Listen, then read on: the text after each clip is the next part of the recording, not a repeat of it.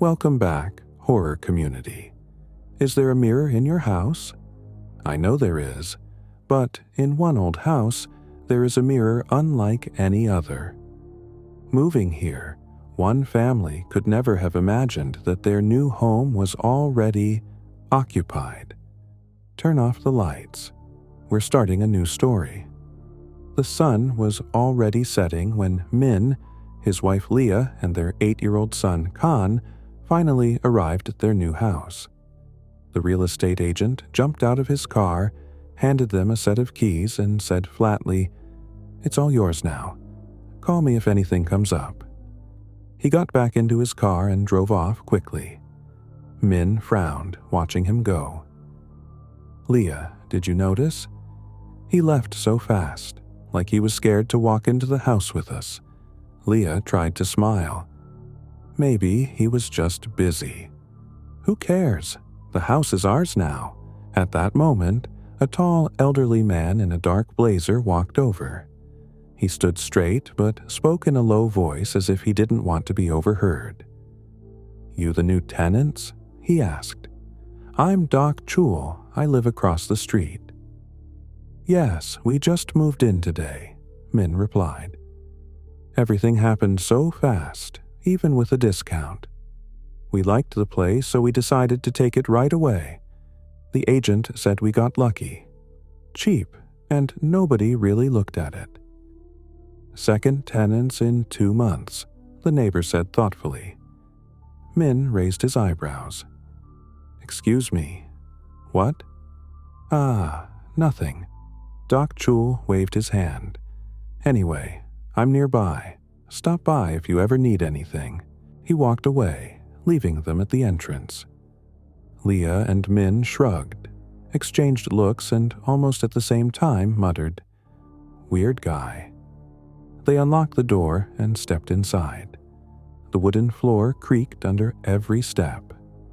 "Old house," Min said curtly. "We'll hear plenty of noises like that." Their son, Khan, was already exploring the rooms with excitement. He ran up and down the stairs, unable to sit still. Suddenly, he froze and shouted, pointing ahead, "Dad! Mom! Look!" Min and Leah looked up. On the turn of the staircase hung a huge mirror in a massive black carved frame. It looked like it had been there for decades. "Wow, what a beautiful antique mirror," Leah said, examining it. "So beautiful. Min, just look at it." "What's to look at? I can see from here it's at least 300 years old. Let me straighten it." Min stepped closer, grabbed the frame, and tried to shift it to the side. Nothing happened. "Leah, it won't move. Is it too heavy or what?" Then he ran his hand over the carvings and knocked with his knuckles. The sound was dull, as if there was stone behind the wood, not empty space. Min looked closer and exclaimed, "Leah, check this out. The mirror is sealed into the wall. I've never seen anything like this. It's like they deliberately built it in so no one could take it down." Khan ran up to the mirror and laughed. "Dad, it's stretching me. Look, Dad, my legs are longer." Min glanced over. The reflection slightly distorted the angles and really did stretch the figure. "All right, that's enough. Don't give this mirror too much attention. Let's unload the stuff." Min hurried them along. They started carrying boxes from the car into the house. Every time Min passed the staircase, he slowed down and glanced at the mirror. It stood motionless, too old and heavy for this interior, like it was tied to the house itself. Sealed into the wall. Who even does that, he thought, passing by for the 3rd time. The thought only made him more uneasy. Still, the house slowly filled with their voices and belongings. Leah was putting dishes away in the kitchen. Khan had already settled into his room with his toys. Only Min, carrying another bag, stopped again by the stairs and muttered under his breath, "Why are you even here?" He went upstairs, trying not to look at the mirror for too long. Night in the new house didn't start easy for Min. Leah fell asleep right away. Khan was snoring in his room, but Min lay there with his eyes open, listening to the silence. Everything felt unfamiliar. The walls, the smells, even the darkness seemed heavier than in their old home. He replayed the day in his mind. The agent who was too afraid to enter, the odd neighbor mumbling under his breath, the pile of boxes they carried until dark. At some point, something cracked in the ceiling, and startled, Min touched Leah just to feel less afraid. Finally, pressed against her, he fell asleep. In the morning, the kitchen came alive with the smell of coffee and music playing. Leah bustled at the stove. Khan sat on a stool munching an apple. Min was sipping coffee and reading the news when his son suddenly asked, "Dad, why were you walking outside my door last night?" Min looked up. "I wasn't, Khan. I stayed in my room and didn't get up once." "Oh, okay." But still, someone was walking, really quietly, like they didn't want to wake me up. He said that and then instantly switched topics. "Mom, can we buy a new lamp for my room today? It's too dark." Min and Leah exchanged glances. Neither said a word, but an unspoken worry hung in the air. The day passed in chores. They went shopping, bought a bucket, rags, light bulbs, groceries. Khan kept tagging along, sometimes whining he was tired, sometimes getting excited over every new item. They got back close to evening. Everyone was exhausted but happy. Leah went to the kitchen to prepare a quick snack. Min carried the groceries in. Khan ran around the house with a toy car. "Mom, look, someone's standing there." "Who? Where?" Leah froze. "In our house, right behind me, in the mirror. He's standing in the corner." "Oh, now he's leaving." Leah rushed over to her son and looked in the mirror. The reflection showed only the two of them. "See? Nobody's there," she said. Khan nodded, slipped out of her arms, and ran off to play like nothing had happened. Min came inside, and Leah quickly called him over. "Khan just said he saw someone in that antique mirror. He said someone was standing behind him in the corner, and then vanished." Min walked up to the mirror and stared into it. He looked at his own reflection, trying to see whoever his son was talking about. He wanted to leave, but for some reason he couldn't pull away right away. Only when Leah called him did he turn and head for the kitchen, trying not to look back. That evening, lying in bed, Min couldn't stop his thoughts. First, my son hears faint footsteps outside his open door. Then, someone silently stands behind him and disappears like they were never there. What kind of madness is this? The house was quiet, but it wasn't a comforting quiet. It felt like waiting. It was around 2 a.m. when Min felt a strong thirst. He had to go downstairs to the kitchen for some water, so carefully slipping out of bed, he threw on a shirt and stepped into the hallway, not turning on the lights so as not to wake Leah, grabbed a small flashlight from the stand, clicked it on, and the beam sliced through the darkness as he walked slowly, listening to every sound, the light sliding along the walls and stair railing. But the closer he got to the stairs, the stronger he felt that's where all the tension was coming from. He lowered the flashlight, about to go down, but froze, shining it directly on the stairwell. The beam swept across the steps and landed on the mirror, and Min frowned and stopped cold. In the reflection, the front door, which he had checked earlier that evening, was standing slightly open with a faint, cold light seeping through from inside. Min gripped the flashlight until his knuckles went white, leaned over the railing, and looked down. The door was shut, just as he had left it, but in the mirror it was wide open. "What the—" he whispered. And just then he heard footsteps rising from below. Light, measured steps, like someone barefoot was climbing up toward where Min stood, growing closer with every second. Min froze, his breath caught, and he raised the flashlight, the beam sliding across the empty stairs. No one was there, but the footsteps kept going, steady and calm, exactly like a living person would climb. He looked back at the mirror and his heart dropped.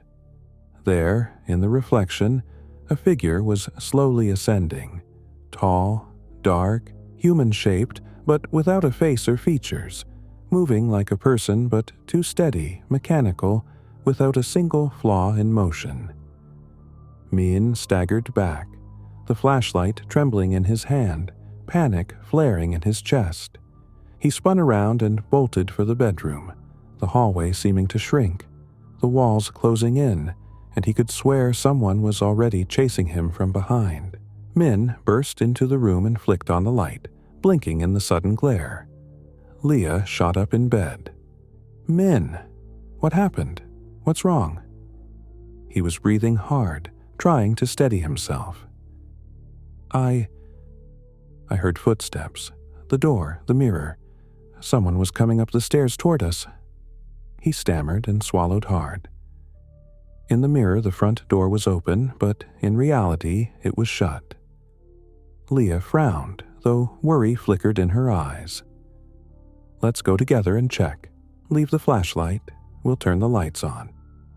They stepped into the hallway. Min flipped the switch, lamps flaring to life and driving back the dark, and together they went slowly down the stairs, Leah holding his hand, her fingers still trembling.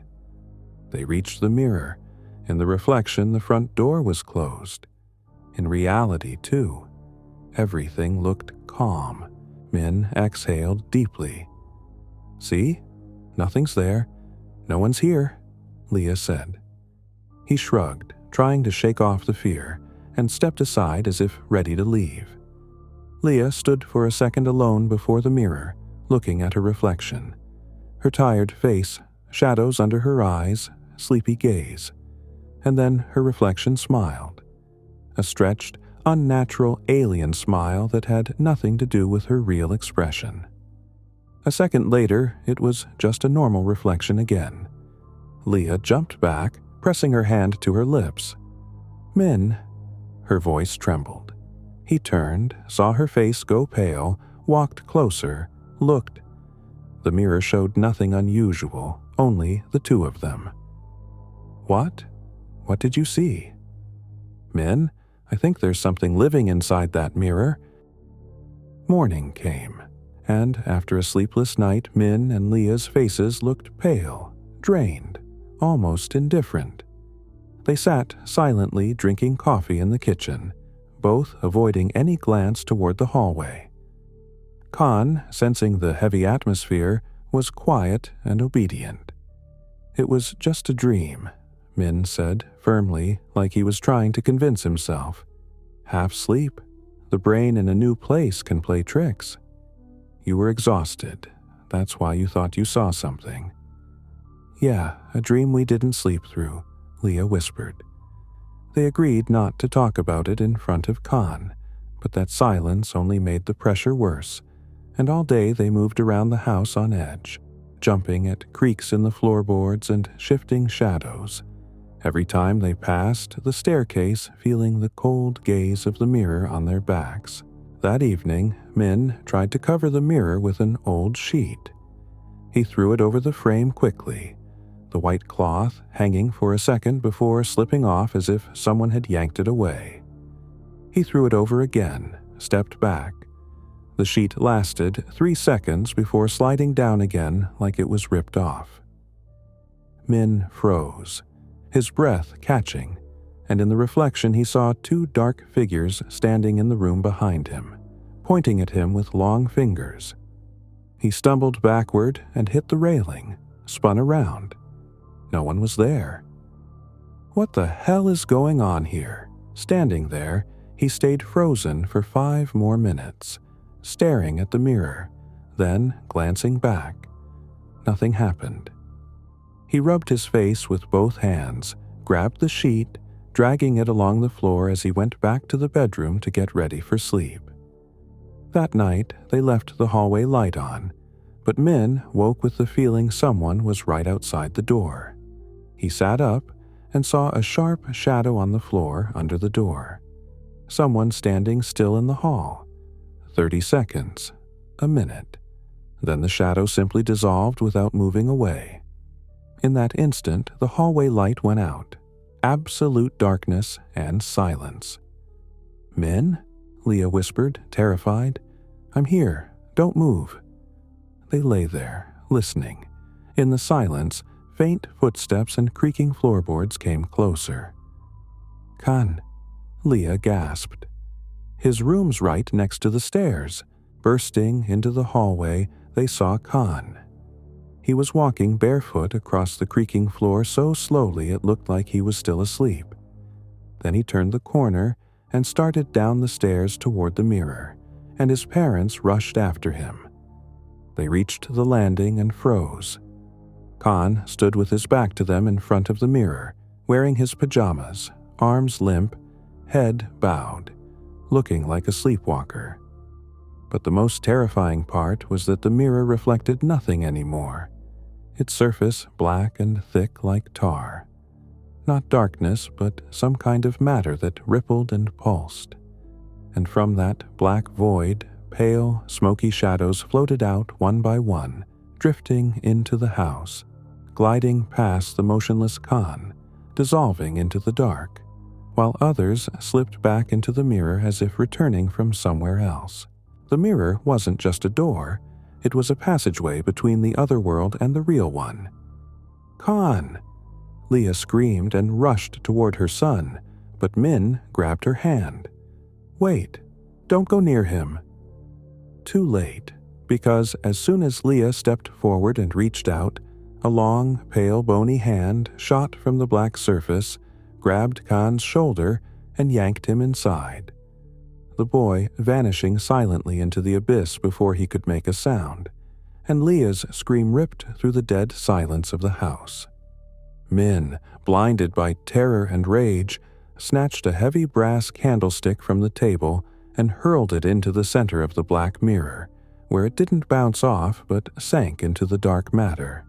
And then something slowly stepped out. Dense, cloaked in shadow, its face twisted with ancient malice.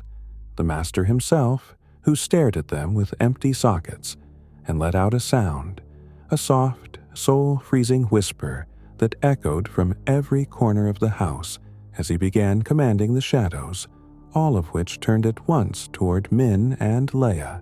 "Run!" Min shouted, shoving Leah toward the exit, and they bolted to the front door. Min yanked the handle, but it wouldn't budge, slammed his shoulder into it to no avail, sealed tight as if welded shut, then tried smashing the living room window. No shattering glass, only a dull thud as if he'd struck iron, the glass unbroken without even a crack. "We're trapped," Leah whispered.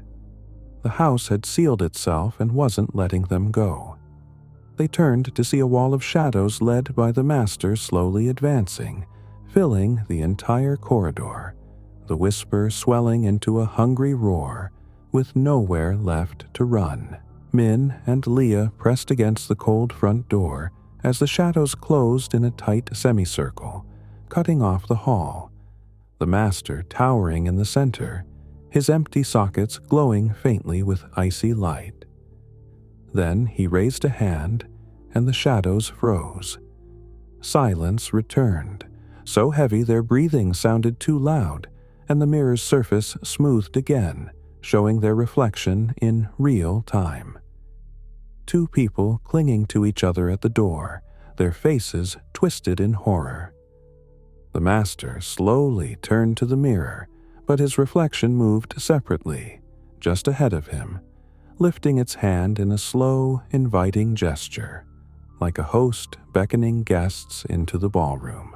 Min felt his legs move forward on their own, no longer under his control, and beside him, Leah walked the same way, stripped of will as the shadows parted to form a corridor leading straight to the mirror. They stopped at the edge of the black surface, its cold burning their faces. "No!" Min managed to scream before stepping inside, Leah following right after, the black substance swallowing them soundlessly, closing behind their backs, leaving the hallway empty, the shadows gone, the light in the foyer flickering back on, and the mirror nothing more than an old antique reflecting only the empty staircase and hallway. A few weeks later, new tenants moved in. On the stairs, they immediately noticed the huge mirror in its black frame. "What a strange mirror. It looks like it's built right into the wall," the man said with a smile at his reflection. But then froze, because in the depth of the glass behind him stood three figures: a man, a woman, and a boy, pale and hollow-eyed, staring straight at him. Min slowly lifted a finger to his lips and whispered, "Shh." The house had found new residents.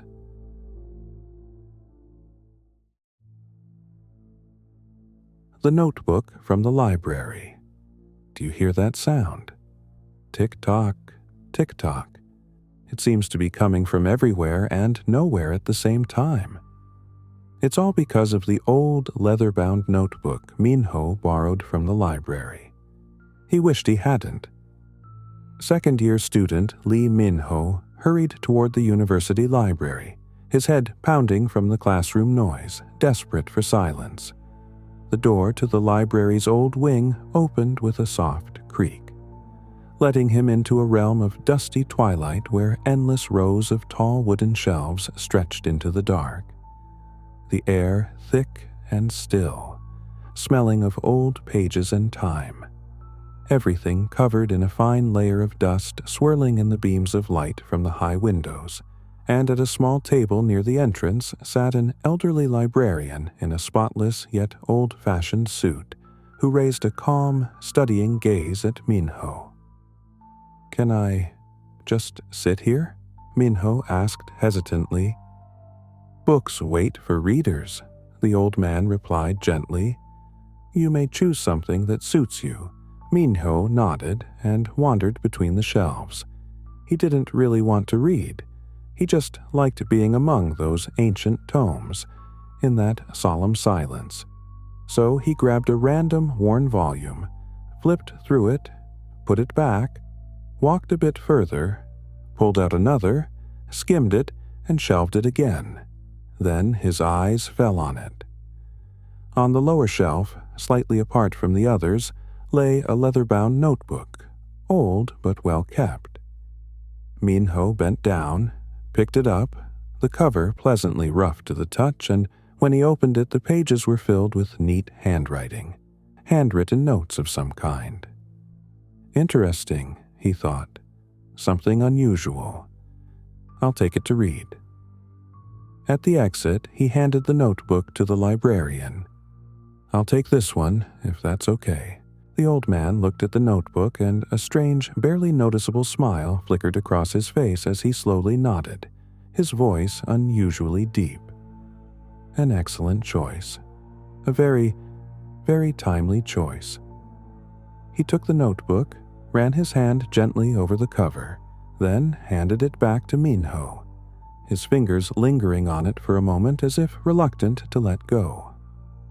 "Return it when you're done reading," the librarian said, and something mysterious flashed in his eyes.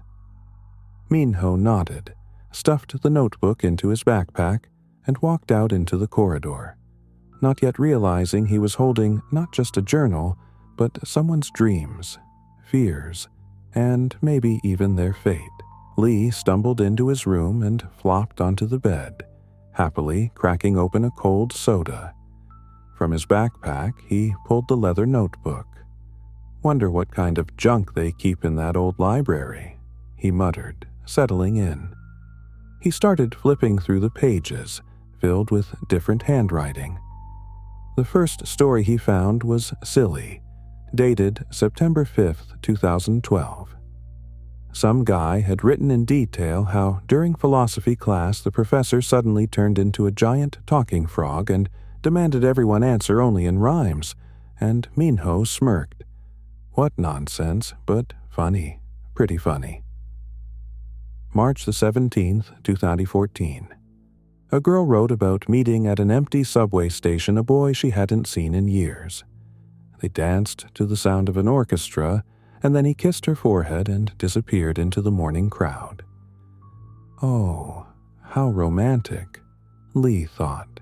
The third story was truly creepy, dated September 14th, 2025.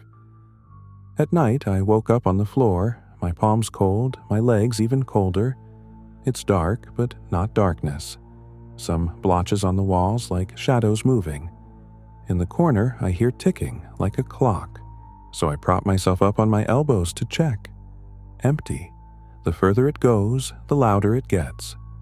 Tick-tock, tick-tock, like someone sitting next to me counting. I try to scream, but nothing comes out, just my mouth opening with no sound. The shadows creep closer. I run and hide in the closet. Darkness all around, and then I hear a whisper. I'm already in the closet with you. Man, what paranoia. That guy needs to cut down on horror stories before bed, Lee muttered, closing the notebook, then grabbed his half-finished soda and went to do homework. That evening, he called Jiho just to chat. So, Lee, how was your day? Nothing special, really. Oh wait, listen. Today, at the library, I found this old notebook. Minho began, lounging on his bed. Full of handwritten stories from students. One was seriously creepy. It's about this guy waking up on the floor at night. Room's empty, but shadows are crawling on the walls, and he hears ticking in the corner, though nothing's there. At first, he thinks it's his imagination, but it gets louder. He tries to scream and can't, like he's paralyzed. He fell silent, waiting for a reaction. The line was quiet. Minho got up, paced to the window and back, forcing a smile. Hey, you alive? Did I tell it that bad or what? Minho. Jiho cut him off, his voice flat and strange. You just repeated my dream from last night word for word. Minho tossed and turned half the night, sleep coming and going, and every time his eyes closed he thought he heard that steady, alien tick-tock, tick-tock from Jiho's dream. He'd jolt awake, grope around his room, check the desk, the closet, even his backpack. Clocks? He'd never owned a clock, but the sound kept coming back, hiding in the corner, in the cracks, inside his head. Nonsense. Just nonsense, he muttered, trying to convince himself, but the more he said it, the more real it felt. Something was definitely happening. At dawn, the first thing he did was open the notebook. The pages flipped by themselves as if leading him straight to the right one, and there on the yellowed paper he saw fresh, neat lines of text. The ink still glistening like it had just dried, with the today's date at the top. Minho froze, his throat tightening until he could barely swallow. Nobody could have written in it. Nobody. He began to read, September 15th, 2025. I'm coming back from the library, notebook in hand. I lie down on the bed and hear ticking in the corner, closer than before. I turn my head and someone's standing there in the dark. I can't make out the face. I try to scream, but my voice drowns in the sound. Tick-tock, tick-tock.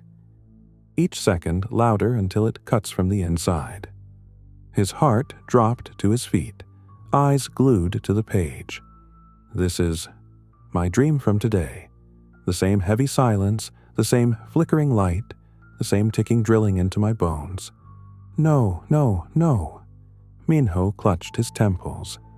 It's just coincidence. Just coincidence. But the sound was already here, sharp and uneven, not from the pages, but in the room itself. Minho froze, turned. Nothing. Just the desk, the closet, the lamp. The sound stopped, mocking him. Lee rose slowly, walked to the door, came back, his chest aching from the pounding of his heart. I'm losing it. Just stress.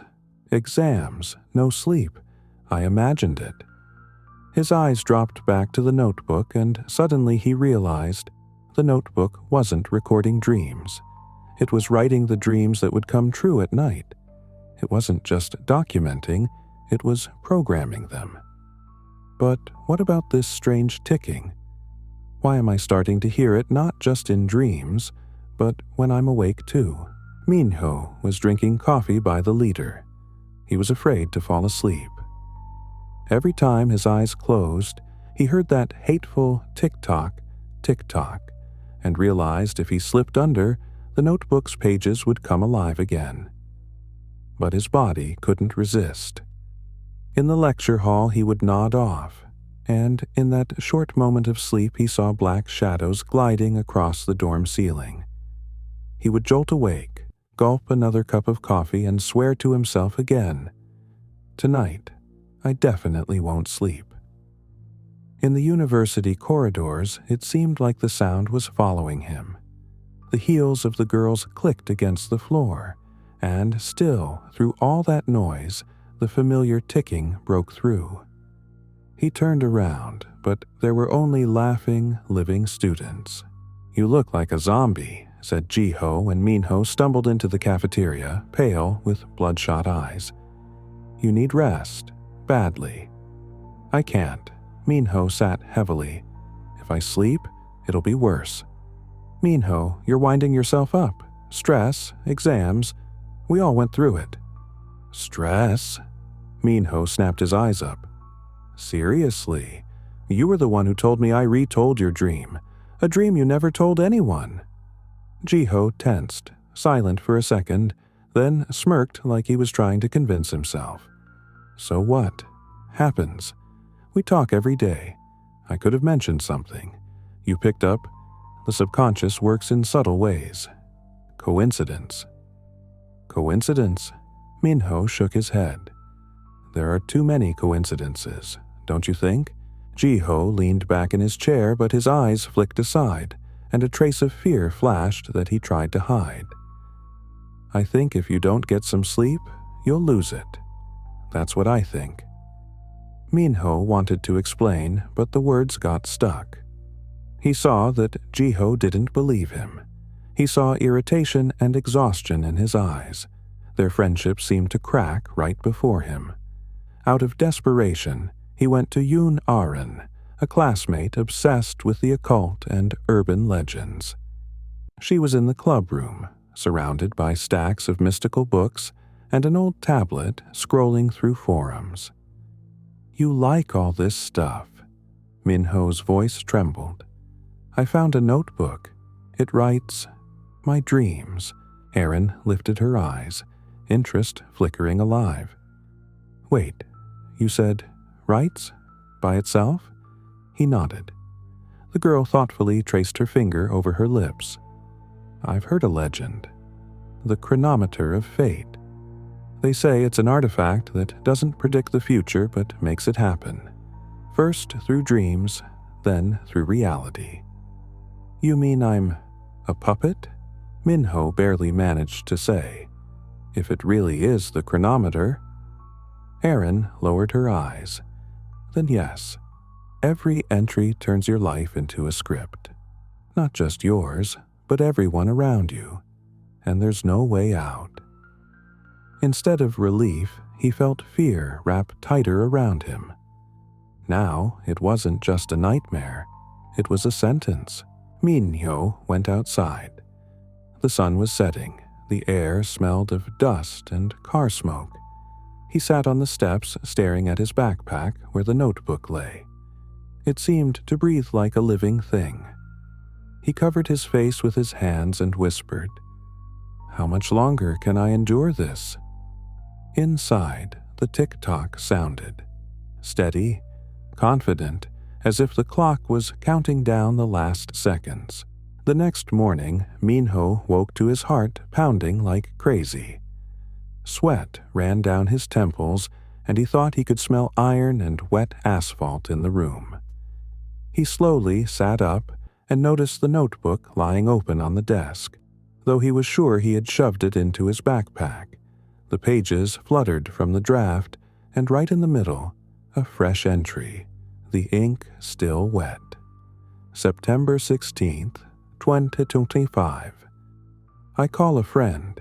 He's walking down the street, music in his headphones, laughing, gesturing without looking at his feet. Barely audible, the tick-tock of a clock. Ahead, a busy road, cars rushing with deafening squeals. I scream into the phone, but he doesn't hear. He steps off the sidewalk right into the road. The tick-tock grows louder, drowning out words. White-yellow headlights rush straight at him. No, not this, Minho whispered. He dialed Jiho's number with trembling fingers. The rings dragged on endlessly until finally a familiar voice answered. Hello? Minho, are you insane calling so early? Where are you? Minho burst out. I mean, where? Jiho smirked. On my way to the university. Which street? Lee-san, as always. Minho, why the panic? Stop, he yelled, voice cracking. Stop, hear me? Don't cross the street, I beg you. What? Nervous, confused laughter. Are you serious? I'm already at the crosswalk, look.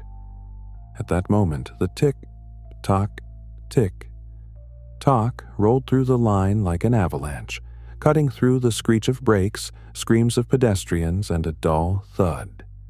Then, silence. Jiho! Minho screamed, but only a steady hum answered. The phone slipped from his hand. Something collapsed inside him, leaving only emptiness and a reminder. The notebook doesn't predict, it drags along. It writes the script, and the world obeys. Instead of fear, rage rose in Minho's chest. He grabbed the cursed notebook, pressed it to himself as if to tear it apart, and exhaled through clenched teeth. Enough. That's it. He jumped to his feet and ran to the library. The old corridor stretched ahead, and one thought throbbed in his head. Sok-jin, that smiling old man knows. He must explain everything to me. He flew down the steps, ignoring the path, clutching the heavy, almost living notebook. Somewhere inside, over the roar of blood in his ears, he heard the invisible clock ticking louder and louder. Minho burst into the old wing of the library, the heavy door slamming against the wall. Inside, the same thick silence he remembered the first time lingered. Sok-jin! He shouted, his voice echoing through the empty corridors. Come out! He stepped inside, clutching the notebook to his chest. His heart pounded as if each beat sent pain to his temples. The shelves stretched endlessly, every book seeming to turn its face toward him. But the librarian was nowhere. Where are you? He shouted again, panic ringing in his voice. You knew everything. You knew this was not a notebook but a trap. From the depths came a rustle. Minho rushed forward, but the corridor was empty. Only dust in the beam of light, and no figure. He stopped, breathing heavily. Anger, rage, ready to burst out, built in his chest. He threw the notebook to the floor and stomped on it with force.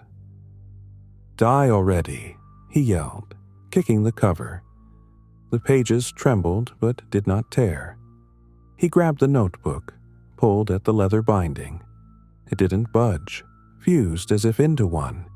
He tried to tear a page. It cracked but fused back instantly. Minho trembled with fear and helplessness. Desperately, he pulled a lighter from his pocket, sparked it, and brought the flame to the paper. The fire licked the page and went out as if sucked inside. Damn thing, he whispered. Tears of anger and exhaustion welled up. He threw the book on the floor, but It mockingly reappeared in his backpack, though he hadn't done it. Minho froze, feeling cold sweat run down his back.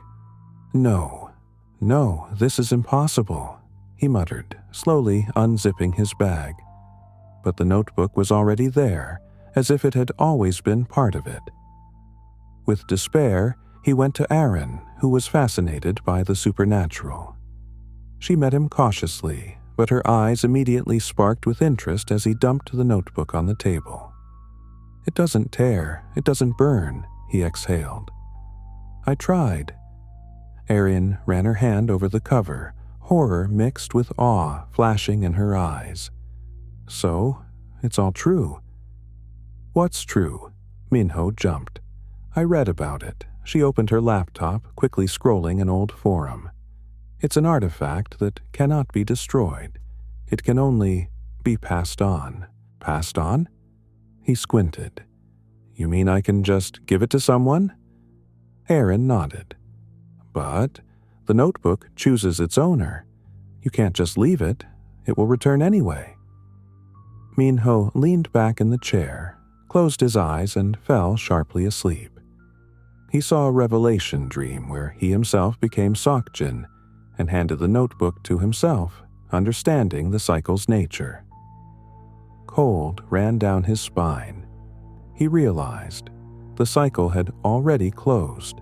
Minho sat on his bed clutching the notebook when the pages suddenly trembled and opened on their own. At that moment, a soft tick-tock, tick-tock sounded in the room. He didn't even have time to inhale. Words began appearing on the paper. The ink flowed thick, black, as if someone was writing from inside the sheets. He sits on the bed. The notebook is in his hands. He trembles but continues reading what I write to him. He's afraid to lift his head because he knows someone stands in the corner of the room. The notebook no longer recorded the past. It described the present, everything happening to him here and now. He swallowed and sharply turned to the corner, empty. But the words continued.